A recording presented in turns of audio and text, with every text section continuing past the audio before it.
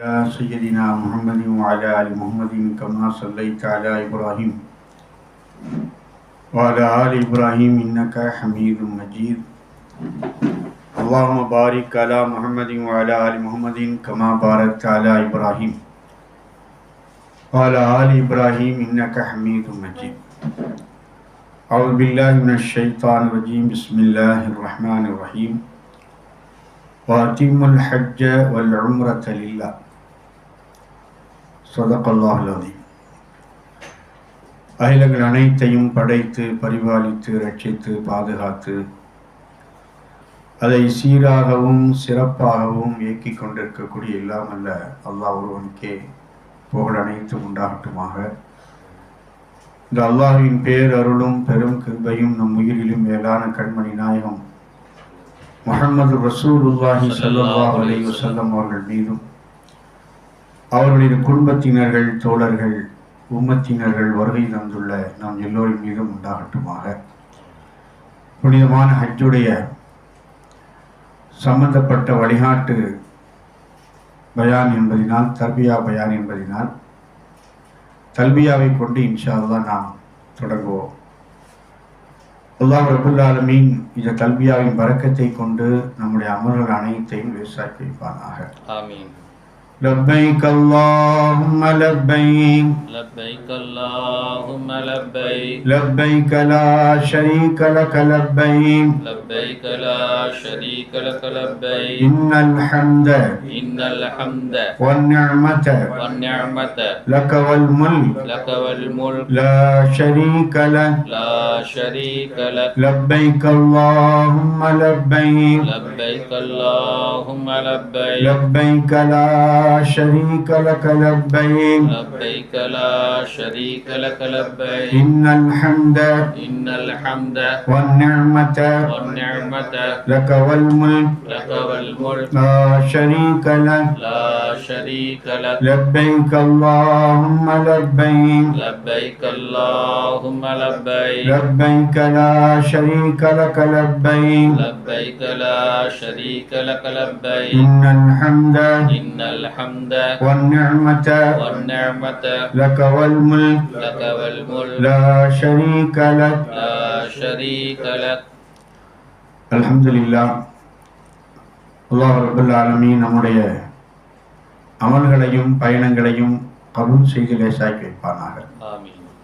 ஹஜ்ஜுக்காக வேண்டி நாம சம்பந்தப்பட்ட தயார் நிலையை அடைந்த காலத்தில் இருந்து நிறைய ஹஜ்ஜுடைய சிறப்புகளையும் ஃபதாயில்களையும் அதனுடைய ஒழுங்குமுறைகளை பற்றியும் நிறைய நமக்கு பயான் சொல்லியிருக்கிறார்கள், நாமும் கேட்டிருக்கிறோம். எனவே நிறைய ஃபதாயில்களை கேட்டு கேட்டு இன்ஷா அல்லாஹ் அதை நிறைவேற்றுவதற்கு இன்றைக்கு நாம் தயாராகுவது கொண்டிருக்கிறோம்.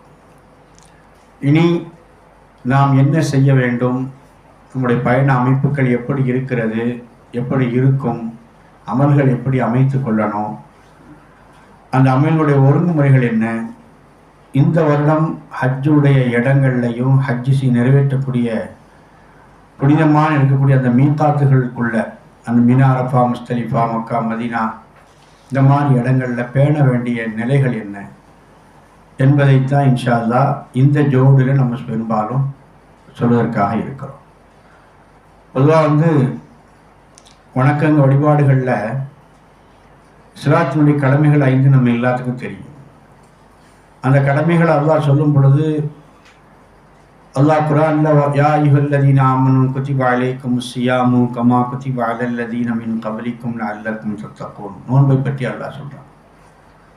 உங்கள் மீது நோன்பு கடமையாக்கப்பட்டிருக்கிறது, உங்களுக்கு மட்டும் இல்லை, உங்களுக்கு முன்னாடி வாழ்ந்த உம்மத்தினரும் நோன்பு வச்சிருக்காங்க, எனவே நீங்கள் நோன்பு வைங்கிறான். அகீமுஸ் ஸலாத் வாத்து ஸகாத், தொழுகையை நிலைநிறுத்துங்கள், ஜகாத் கொடுங்கள் என்று அல்லாஹ் சொல்கிறார். இப்படி அமல் சார்ந்த விஷயங்களை அல்லாஹ் சொல்லும் பொழுது இந்த அமலை நீங்கள் செய்யுங்க என்று ரப்புல் ஆலமீன் திருக்குர்ஆனிலேயும் ஹதீஸிலையும் நமக்கு சொல்லித்தருவதை நாம் நிறைய பார்த்திருக்கிறோம், கேட்டிருக்கிறோம். இப்படி அகீமுஸ் ஸலாத் ஆத்து ஸகாத் குதிப அலைக்குமுஸ் ஸியாம் அலா பிதிக்ரில்லாஹ் தத்மஇன்னுல் குலூப், இப்படி அமல் சார்ந்த விஷயங்கள் அல்லாஹ் குர்ஆன் நெடுக சொல்லி கொண்டு வருகிற போது ஹஜ்ஜை சொல்லும் பொழுது மட்டும் ஒரு வார்த்தை அல்லாஹ் சேர்த்தே சொல்கிறான். எதில் நோன்புல சொல்லாத வார்த்தையை, தொழுகையில் சொல்லாத வார்த்தையை, வேற எந்த ஒரு அமல் சார்ந்த விஷயத்திலும் சொல்லாத ஒரு வார்த்தையை ஹஜ்ஜுடைய உம்ராவுடைய அந்த கட்டளையை சொல்லும் பொழுது மட்டும் அல்லாஹ் ஒரு வார்த்தையை சேர்த்து சொல்லக்கூடிய வார்த்தை என்னன்னு சொன்னால் லில்லாஹி அப்படின்னு சொல்கிறோம். வாத்திமுல் ஹஜ்ஜ வல் உம்ரத லில்லா, குர்ஆனுடைய வசனம். வாத்திமுல் ஹஜ்ஜ வல் உம்ரத லில்லா, ஹஜ்ஜை சொல்லக்கூடிய இந்த வசனங்கள் ரெண்டு. ஒன்று இந்த வசனம், இன்னொரு வசனம் சூரத்து நிசாவில் வலில்லாஹி அலன்னாஸி ஹிஜ்ஜுல் பைத்தி மன் இஸ்ததா இலைஹி சபீலா.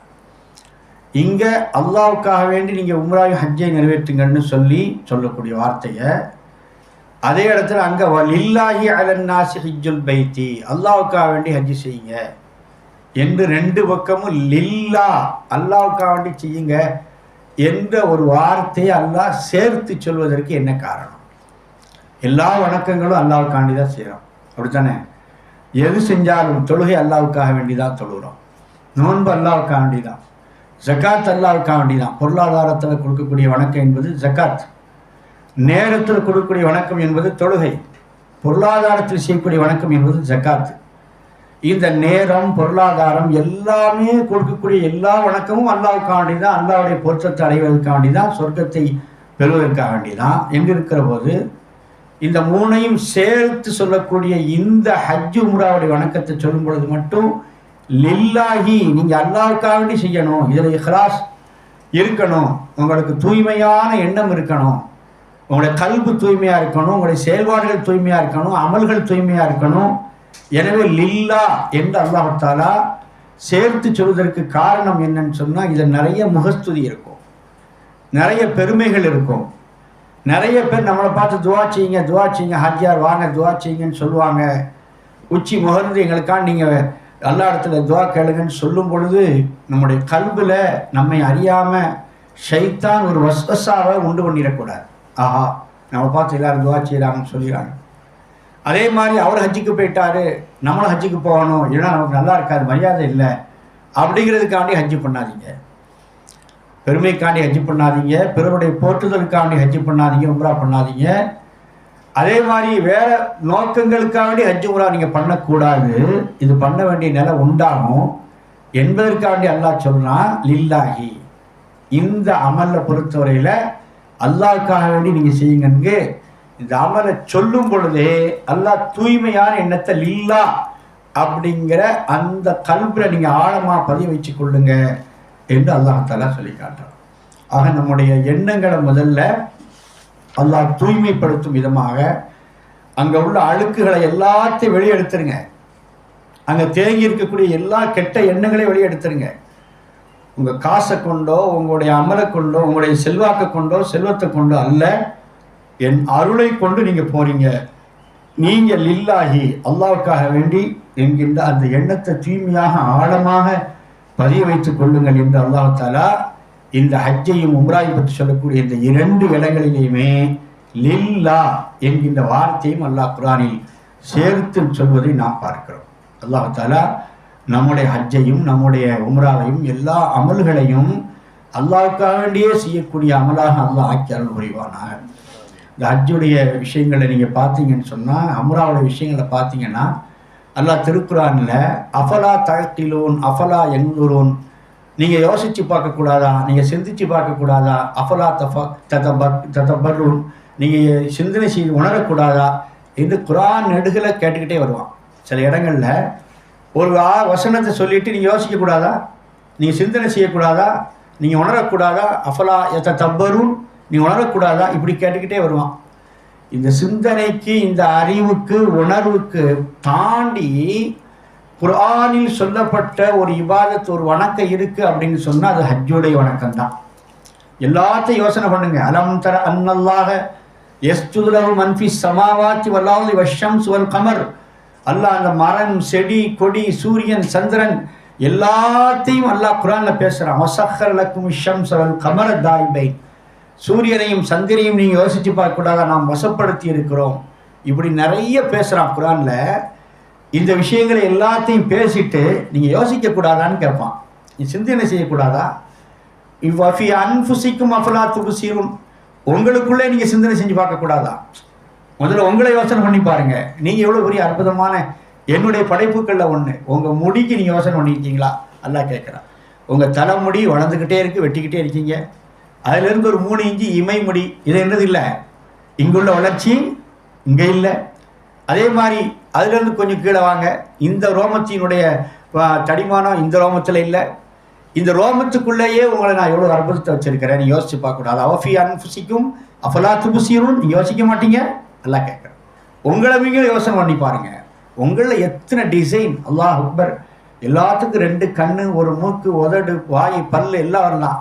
ஆனால் எல்லாம் ஒரே மாதிரியாக இருந்துச்சுன்னு நீங்கள் கண்டுபிடிக்க முடியுமா? எத்தனை டிசைன் நான் வச்சுருக்கிறேன். இப்படியெல்லாம் அல்லாஹ் கேட்டுட்டு இந்த ஹஜ்ஜுடைய இபாதத் சம்மந்தப்பட்ட விஷயங்களை சொல்லும் பொழுது இதை நீங்கள் யோசிக்கவே கூடாதுங்கிறான். நீங்கள் அறிவுக்கு வேலை கொடுத்தா இந்த அமலை நீங்கள் செய்யவே முடியாது. அறிவுக்கு வேலை கொடுத்தா ஏன் சுற்றணும், ஏன் எரியணும் கல்லால், எதுக்கு ஓடணும் சஃபா மருவால, எதுக்கு அங்கே தங்கணும் அப்படின்னு ஏன் செய்யணும் அப்படின்னு அறிவுபூர்வமாக நீங்கள் யோசனை பண்ணீங்கன்னா இந்த சம்மந்தப்பட்ட எந்த அமலையும் நீங்கள் செய்ய முடியாது. ஏன்? இது எல்லாமே ஒரு குடும்பத்தினர்கள் செய்த ஒரு அமல், ஒரே குடும்பத்தினர் செய்த அமல். யாருடைய குடும்பம்? இப்ராஹிம் அலைஹிஸ்ஸலாமுடைய குடும்பம். அவர்கள் செய்த அந்த அமலை அப்படி அல்லாஹ் இந்த முழு உம்மத்துக்கும் உலகம் அழியும் வரை அல்லாஹ் தஆலா அதை என்ன செஞ்சிட்டான், ஒரு கடமையாக ஆக்கிட்டான். அவர்கள் என்ன செய்தார்கள்? அவங்க செய்த செயல் எந்த செயல்? ஷைத்தானுக்கு கல் அடித்தாங்க. அதே மாதிரி முஸ்தலிஃபாவில் தங்கிறது, மினாவில் ஆடு அறுத்து குர்பானி கொடுக்கறது, கஅபத்துல்லாவை சுற்றுவது, சஃபா மருவாவில் ஓடுவது, இதெல்லாம் நமக்கு தெரியும். ஏன் ஓடுறோம்? அன்னைக்கே ஓடினாங்க ஹாஜராமியார். எதனால் ஓடினாங்க?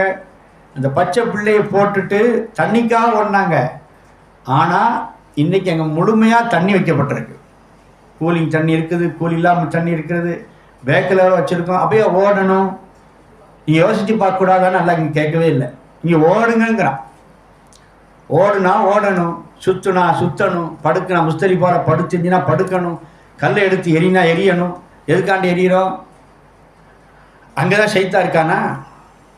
ஸல்லல்லாஹு அலைஹி வஸல்லம் சொன்னாங்க, மனிதன் உடைய ரத்தம் இன்ன மஜ்ரத் தமி, ஷைத்தான் ரத்தம் ஓடக்கூடிய எல்லா இடங்கள்லையும் மனுஷன் உடம்புல ஓடிக்கிட்டே இருக்கானா.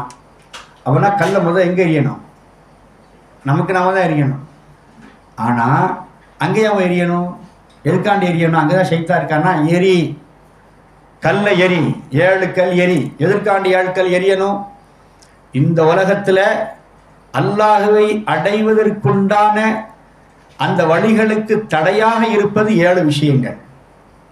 அதை உணர்ந்து நீ அங்கே கல்லை எரி. குல் இன் கான ஆபாவுக்கும் வ அப்னாவுக்கும் வ இஹ்வானுக்கும் வ அஸ்வாஜுக்கும் வ அஷீரத்துக்கும் வ அம்மானுக்கு தரஃப்துமுஹா திஜாரத்துன் தக்ஷவுன கசாதஹா வ மசாக்கினு தருலவுனஹா ஹப்ப இலைக்கும் மினல்லாஹி.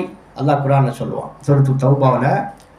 இந்த 7 தான் இந்த உலகத்தில் அல்லாஹ்வை அடைவதற்கு ஏதாவது வகையில் உங்களுக்கு தடையாக இருக்கலாம் அல்லது இருக்கும். அவ கல்லை எரியும் போது என் கல்வில என் குடும்பம் வந்து தடுக்குமானால், யா அல்லாஹ் உன்னை தடுக்குமானால் அந்த எண்ணத்தை நான் எரிகிறேன். கல் எரிவதற்குண்டான தாற்பயம் இன்ஷா அல்லாஹ் மினால் வச்சு அவருடைய விளக்கத்தை சொல்லுவோம். அப்போ எதுக்காண்டி கல்லை எரிகிறோம், எதுக்காண்டி ஓடுறோம், இது எல்லாமே எங்கே வந்து நிற்கும் அப்படின்னு நான் யோசனை பண்ணி பார்த்தீங்கன்னா இத்தாத்து கட்டுப்படுவதில் வந்து நிற்கும். நான் யோசிக்க மாட்டேன். அல்லாஹ் சொன்னால் அப்படியே என்ன செஞ்சிருவேன், அப்படியே நான் செய்வேன். இதில் எனக்கு யோசிக்க ஒன்றுமே இல்லை. அல்லாஹ் எரிய சொன்னால் எரியிறோம், சுத்த சொன்னால் சுற்றுவோம், படுக்க சொன்னால் படுப்போம், தங்க சொன்னால் தங்குவோம். இது எல்லாம் அப்படி தான். இதில் எந்த இதுவும் கிடையாது. முஸ்தலிஃபாங்கிறது எப்படிப்பட்ட இடம்? ஆதம் அலைஹிஸ்ஸலாம் அவர்களும் ஹவ்வா அலைஹிஸ்ஸலாம் அவர்களும் இந்த உலகத்தில் முதலாக சந்தித்து கொண்ட இடம் முஸ்தலிஃபா. அரஃபாவில் இறங்கி முஸ்தலிஃபாவில் தான் அவங்க முதலாக இந்த மனித சஞ்சாரங்கள் உருவாவதற்கு கூடிய இடம் முஸ்தலிஃபா. அந்த இடத்துல அல்லாஹ் நம்மளை எப்படி தங்க சொல்கிறான்? எஹ்ராமுடைய நிலையில் கட்டாந்தரையில் வானமே எல்லை அப்படிங்கிற நிலையில் நீங்கள் படுத்து தூங்கணுங்கிறான். ஏன் தூங்கணும்? அப்படித்தான் தூங்கணும். நீங்கள் அதை யோசிக்க இடையே கிடையாது. ஆக முழுக்க ஹஜ் உம்ரா என்பது இத்தாஅத், கட்டுப்படுவது, அபுதியத்தை வெளிப்படுத்துறது. அதான் முழுக்க முழுக்க உன்னுடைய அடிமை நான். உன்னோட அடிமை என்னை கபூல் பண்ணிக்க அல்லா. உன் அடிமையாக என்னை ஏற்றுக்கொள்ளு. என்கிட்ட எதுவுமே இல்லை, இப்போ எல்லாத்தையும் விட்டுட்டு வந்துட்டேன். என் குடும்பம், என்னுடைய வியாபாரம், என்னுடைய தொழில்துறை, என்னுடைய செல்வாக்கு, என்னுடைய செல்வம், என்னுடைய பொருளாதாரம், என்னுடைய அந்தஸ்து எல்லாத்தையும் விட்டுட்டேன். எல்லாத்தையும் விட்டுட்டு உன்னுடைய சன்னிதானத்தில் என்னுடைய அடிமையாக உன்னுடைய அடிமையாக வந்திருக்க அல்லாவே நீ ஏற்றுக்கொள் என்று சொல்லுகிற போது அந்த உண்மையான அந்த எண்ணம் முழுமையாக இருக்கும் என்பதுதான் ஹஜ்ஜுடைய அமல்களில் மிக நோக்கமாக இருக்கிறதை நாம் விளங்கணும். அதனால தான் எஹ்ராம் ட்ரெஸ்ஸை கலட்டு, முதல்ல கல்பில் இருந்த ஆணவத்தை கலட்டு. ட்ரெஸ்ஸை கலட்டுவான்ல, நீ ஆலிம் சாவா, நீ வக்கீலா, ஜட்ஜா, டாக்டரா, எந்த துறையில் இருந்தாலும் உன்னுடைய யூனிஃபார்த்தை கலட்டிடு. அடிமை என்கின்ற இந்த யூனிஃபார்மை மாட்டு. முடிஞ்சிருச்சா? அதுக்கடுத்து கல்பில் உள்ள அந்த ஆணவம், அகம்பாவம், புறம், பொய், பித்தராட்டம் எல்லாத்தையும் எடுத்து தூர எறி. என்னை மட்டுமே கல்பில் உட்காரவை. கல்வி எல்லாம் தூய்மைப்படுத்துகிறான். இந்த ரெண்டையும் தூய்மைப்படுத்திட்டு கட்டாந்தரையில் வந்து படு. நீ நினைச்சது உண்மைன்னு சொன்னால் இங்கே ஒன்றுமே இல்லாமல் வந்து படு. எதுவுமே இருக்காது. இதுவரையில் கொஞ்சம் காணும் ஜன்னல் சத்தம் வந்தால் கூட வீட்டில் திட்டுவோம், கொஞ்ச நேரம் அந்த ஜன்னலை அடைங்கன்னு, தூக்கம் வர மாட்டேங்க, டக்கு டக்கு டக்குன்னு சத்தம் வருது அப்படின்னு என்ன செய்வோம், நம்ம திட்டுவோமா இல்லையா? ஆனால் அங்கே 20 லட்சம் மக்கள், 25 லட்சம் மக்கள் அப்படியே சுற்றி இருப்பாங்க. வானத்திலேருந்து நிலவுக்கும் கீழே கட்டாந்தரையில் தூங்குவாங்க பாருங்கள் எல்லாரும். மாஷா அல்லா. யார் அங்கே தூங்கிட்டு இருக்கிறாங்க? இதுவரையில் பல கோடி ரூபா பெருமானம் உள்ள பங்களாவில் பல லட்சம் செலவுள்ள மெத்தையில் படுத்து தூங்கினவர் அங்கே தூங்குவார். அப்படி தூங்கும்போது தான் அந்த அடிமைத்தனத்தை வெளிப்படுத்துகிறோம். எல்லாம் உனக்காக நாங்கள் படுத்திருக்கேன், எனக்கு எல்லா வசதியும் இருக்குது, எல்லாம் நீங்கள் சொல்லில நாங்கள் படுத்துகிறேன். என்ற அடிமைத்தனத்தை வெளிப்படுத்துகிறது தான் இந்த ஹஜ்ஜு. அந்த ஹஜ்ஜை நாம் எப்படி நிறைவேற்ற போகிறோம், என்ன மாதிரி நிறைவேற்ற போகிறோம், நம்முடைய பயண திட்டங்களை எப்படி அமைச்சுக்கொள்கிறோம், அதில் கொஞ்சம் கூட பிசிறு தட்டிடக்கூடாது, கொஞ்சம் கூட நமக்கு பழுது வந்துடக்கூடாது. நம்முடைய நடத்தையில் வரலாம், சொல்லில் வந்துடலாம், செயலில் வந்துடக்கூடாது. இது எல்லாம் கொஞ்சம் கூட செலவழித்து நம்ம போகும் பொழுது தூய்மையான ஹஜ்ஜாக உம்ராவாக நமக்கு அது ஆகணும் என்பதற்காக தான் இத்தனை ஜோடுகள் நடத்தப்படுது. வேற ஒன்றும் இல்லை. ஜோடு நடத்தவுடைய நோக்கம் என்ன? அந்த அமலை கரெக்டாக நம்ம போய் செய்யணும். அப்படி இதில் நிர்வாக ரீதியாக இந்த அரசாங்கங்கள் சொல்லக்கூடிய சில விதிமுறைகளை நாம் தெரிந்து கொள்ளணும். அமல் ரீதியாக நாம் என்ன செய்யணுங்கிறத தெரிந்து கொள்ளணும். நீங்கள் பார்த்தீங்கன்னா ஒவ்வொரு நிலைகள் மாறிக்கிட்டே இருக்குது. மக்காவிலையும் சரி, மதீனாவிலையும் சரி, அந்த ரூல்ஸை மாற்றிக்கிட்டே இருக்காங்க. எளிதாக்குகிறோம் என்று சொல்லி அவங்க எளிதாக்கணும்னு நினைக்கிறாங்க. ஆனால் என்ன ஆகுது தெரியாமல் அது ஏதோ ஒரு வகையில் கஷ்டமாயிடும். அப்போ அந்த மாதிரி எதிர்பாராத வரக்கூடிய அந்த சிரமங்களை, தக்லீஃபுகளை, கஷ்டங்களை எப்படி எதிர்கொள்வது, அப்படி வராமல் இருக்கோம்னா நம்ம என்ன செய்து கொள்வது என்பதற்காக வேண்டி சொல்லக்கூடிய இந்த பயண ஜோடியினுடைய நோக்கம் இதுதான். எனவே இன்ஷா அல்லாஹ் தஆலா ரொம்ப உங்களுக்காண்டி சொல்வதற்கு இல்லை. நம்ம நிறைய பயான்களை கேட்டுட்டோம். இப்போ நம்ம இன்ஷா அல்லாஹ் நம்ம அங்கே போய் என்ன பண்ண போகிறோம், நமக்கு என்ன மாதிரி விமான நிலையங்களில் உள்ள ஃபார்மாலிட்டிஸ் இந்த வருஷம் இருக்குது. ஒவ்வொரு வருஷமுமே மாறிக்கொண்டே வருது. போன வருஷம் இந்த வருஷம் இல்லை, அதுக்கு முந்தின வருஷம் உள்ளது போன வருஷம் இல்லை. இன்னும் சொல்லப்போனால் 2005, 2007 சுத்தமாக இப்போ கிடையாது. மதீனா மக்கா டு மதீனா போகும்போது அந்த பஸ் பார்க்கிங் பண்ணுற இடத்துல 100 பஸ்ஸு நிற்கும். 10 மணி நேரம் காத்து கிடந்திருக்கோம். 2002-05 10 மணி நேரம் இந்த பாஸ்போர்ட் பையை வாங்கிட்டு போய் எங்கூட்டி வைப்பாங்கன்னு தெரியாது. மறுபடியும் தேடி எடுத்து அங்கேருந்து துவா செஞ்சுக்கிட்டே இருப்போம். இதெல்லாம் கடந்த காலங்கள். அந்த ஹஜ்ஜி இப்போ இல்லை. இப்போ எல்லாம் ஸ்கேனிங் தான், டக்கு டக்குன்னு முடிஞ்சிருது. ஆனால் இதுதான் லேட் ஆகுது. எதுவும் லேட் ஆகுது அவங்களையும் சொல்லி முடியல. அதனால இப்படியெல்லாம் ஹஜ்ஜுடைய அந்த சிஸ்டம், அப்படி அந்த நிர்வாக ரீதியாக உள்ள மாற்றங்கள் என்ன, அது நம்ம என்ன பண்ணணும், ஒரு அமல் சார்ந்த விஷயங்களை நம்ம எப்படி அமைத்துக் கொள்ளணும் என்பதற்கு ஒரு சில விஷயங்கள் உங்களுக்கு இப்பொழுது நினைவுபடுத்தி இன்ஷா அல்லாஹ் நம்ம இந்த ஜோடை நம்ம முடிச்சுக்கொள்வோம். அல்லாஹ் ரப்பல் ஆலமீன் நம்முடைய பயணங்களை லேசாக்கி வைப்பானாக, நம்முடைய அமல்களை கபூல் செய்வானாக, எண்ணங்களை தூய்மையாக்குவானாக, நாம் இதற்காக செய்யக்கூடிய எல்லா தியாகத்தையும் அல்லாஹ் ஏற்றுக்கொள்வானாக. இன்ஷா அல்லாஹ் இப்போ ஹஜ்ரத் அவங்க அது சம்மந்தப்பட்ட சில விஷயங்களை உங்களுக்கு சொல்லுவாங்க. சந்தேகம் இருந்தாலும் இன்ஷா அல்லாஹ் கேட்டுக்கொள்ளும்.